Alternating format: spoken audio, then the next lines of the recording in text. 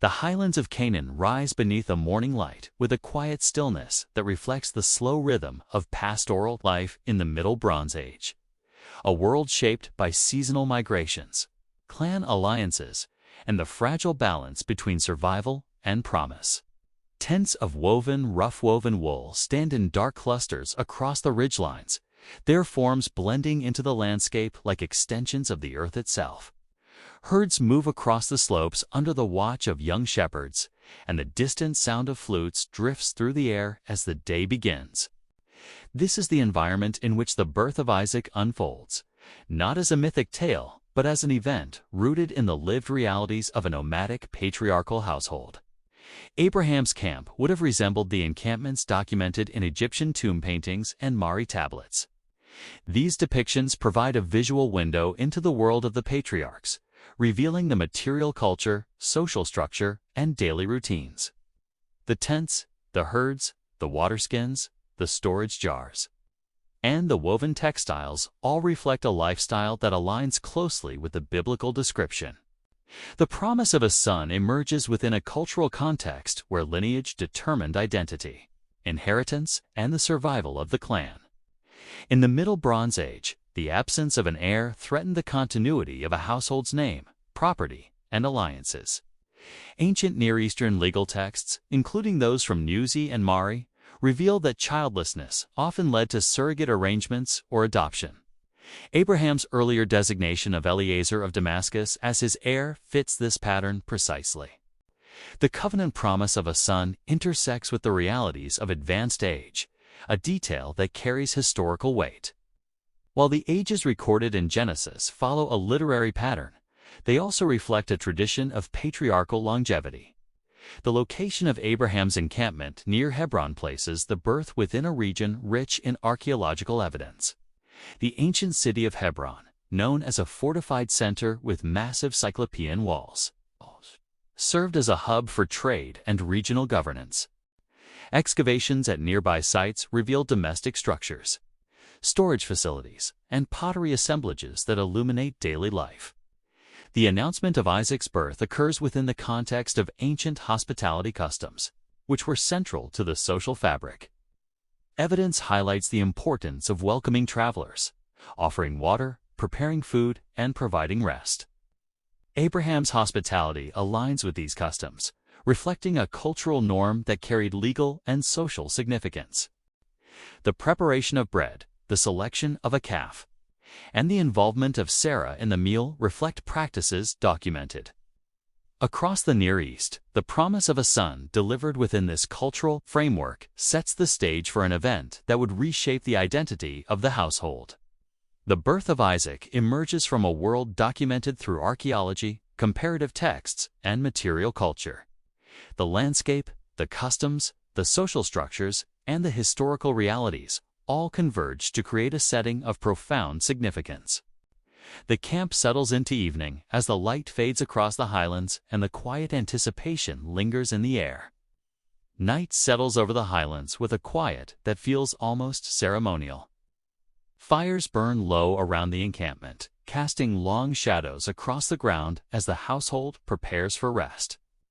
The cultural significance of childbirth in this period is well documented through archaeological and textual evidence. Excavations reveal domestic spaces equipped with storage jars, grinding stones, and loom weights. Ancient Near Eastern texts describe midwives, birth rituals, and protective incantations used during labor. The presence of midwives in the biblical narrative aligns with these customs, grounding the story in practices widely attested across the region. The age of Sarah at the time of Isaac's birth is presented in the text with deliberate emphasis. While the patriarchal ages follow a literary pattern, the narrative's focus underscores the extraordinary nature of the event. Ancient genealogical traditions often use symbolic numbers to convey significance, yet they also preserved memories of individuals. The encampment near Hebron provides a geographical anchor supported by archaeological evidence.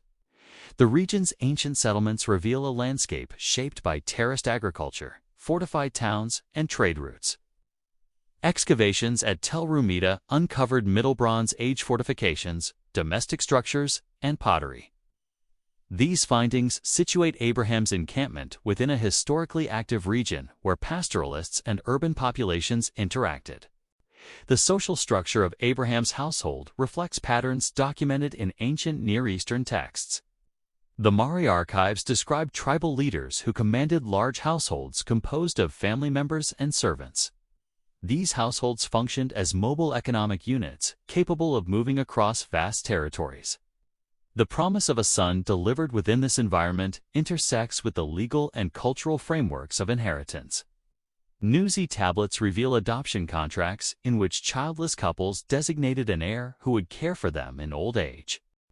Abraham's earlier designation of Eliezer as heir, followed by the later displacement of Ishmael, mirrors these legal patterns. The birth of Isaac therefore represents a legally transformative event that restructured the inheritance hierarchy. The timing of Isaac's birth aligns with seasonal rhythms that shaped pastoral life. The Middle Bronze Age calendar revolved around cycles of migration, planting, and harvest. As the months pass, the encampment prepares for the arrival of a child whose birth will alter the household. The woven textiles, the prepared storage jars, and the presence of midwives all reflect documented practices.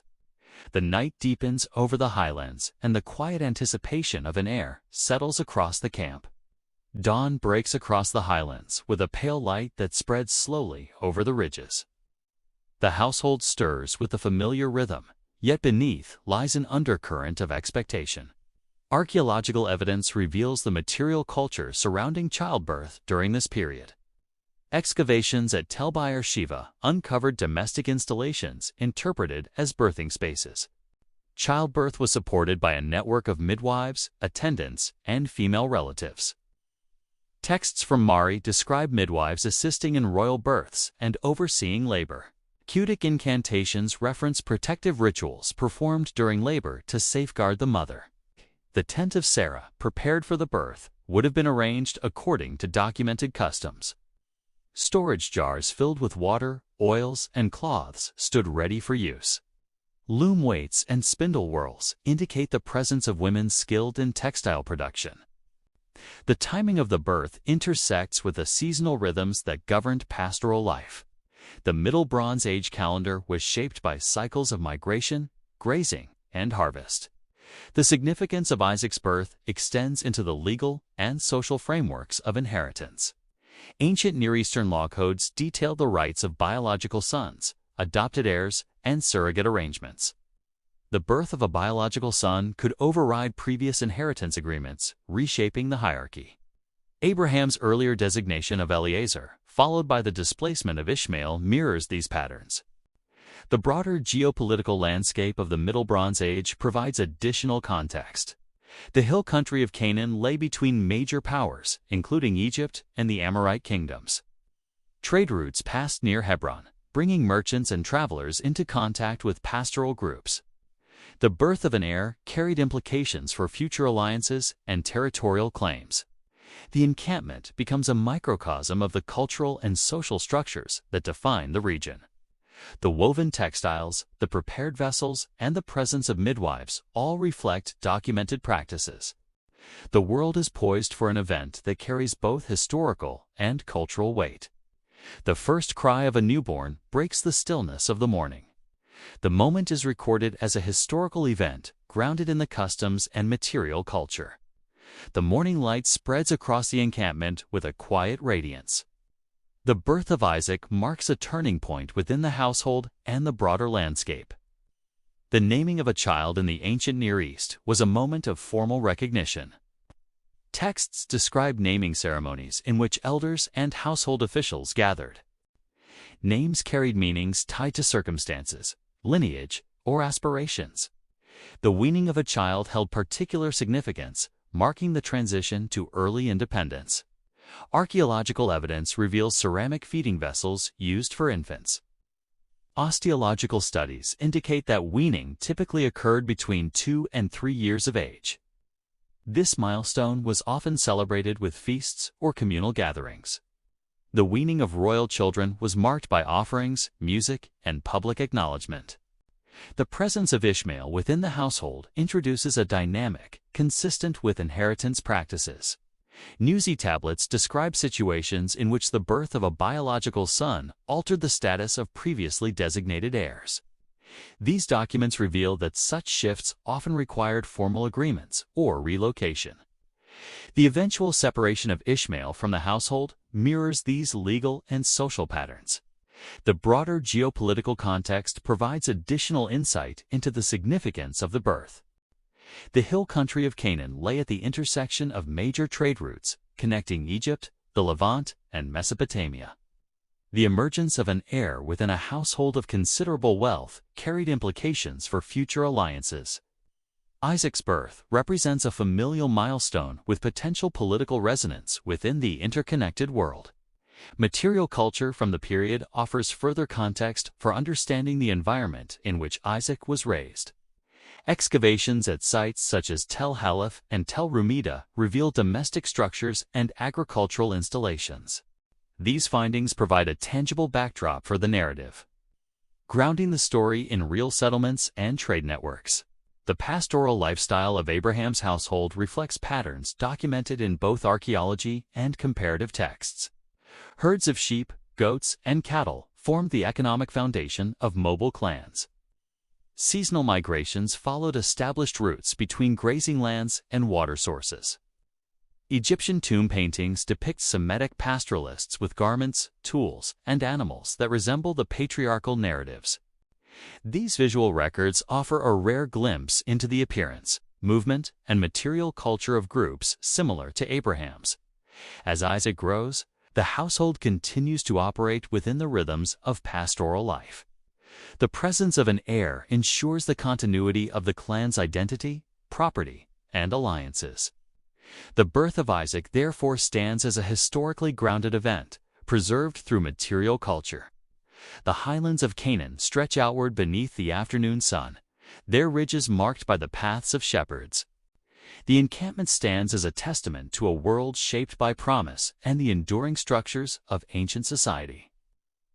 The birth of Isaac emerges from this landscape not as a mythic tale, but as a moment rooted in lived realities. The world is poised for a future preserved through the evidence they left behind. The story is anchored in a landscape shaped by real settlements, real trade routes, and real cultural practices. The birth marks the arrival of a child whose story would alter the trajectory of the household. Material culture from the period offers further context for understanding the environment in which Isaac was raised. Excavations at sites such as Tel Halaf, Tel Rumeida, and Khirbet Tel Makatir reveal domestic structures, storage facilities, agricultural installations, and pottery assemblages that illuminate the daily life of the people who inhabited the southern hill country. These findings provide a tangible backdrop for the narrative, grounding the story in a landscape shaped by real settlements, real trade networks, and real cultural practices.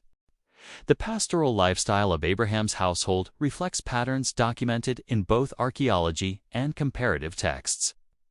Herds of sheep, goats, and cattle formed the economic foundation of mobile clans, while seasonal migrations followed established routes between grazing lands and water sources.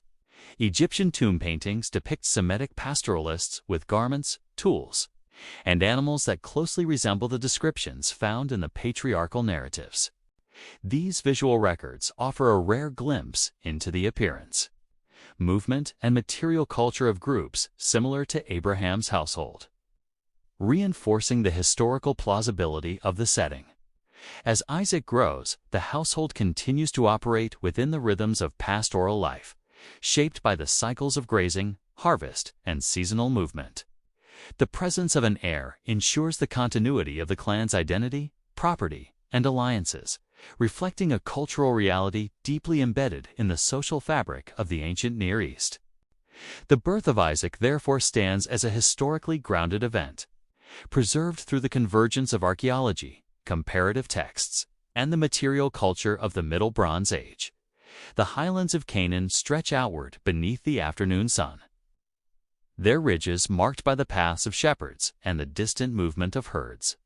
The encampment stands as a testament to a world shaped by promise, lineage, and the enduring structures of ancient society. The birth of Isaac emerges from this landscape not as a mythic tale, but as a moment rooted in the lived realities of a people whose story is preserved through the evidence they left behind. God, give the courage to leave what you are calling us out of, even when it feels familiar or safe. Give the clarity to recognize the warnings you place in our path, and the humility to trust your voice when the world around us insists that everything is secure. Give the strength to walk toward the hills even when the valley behind us still feels like home, and the wisdom to understand that your mercy always precedes your judgment. May the evidence strengthen faith, and may the story sharpen discernment. And may the God who rescued Lot lead us with the same mercy, the same patience, and the same unshakable love.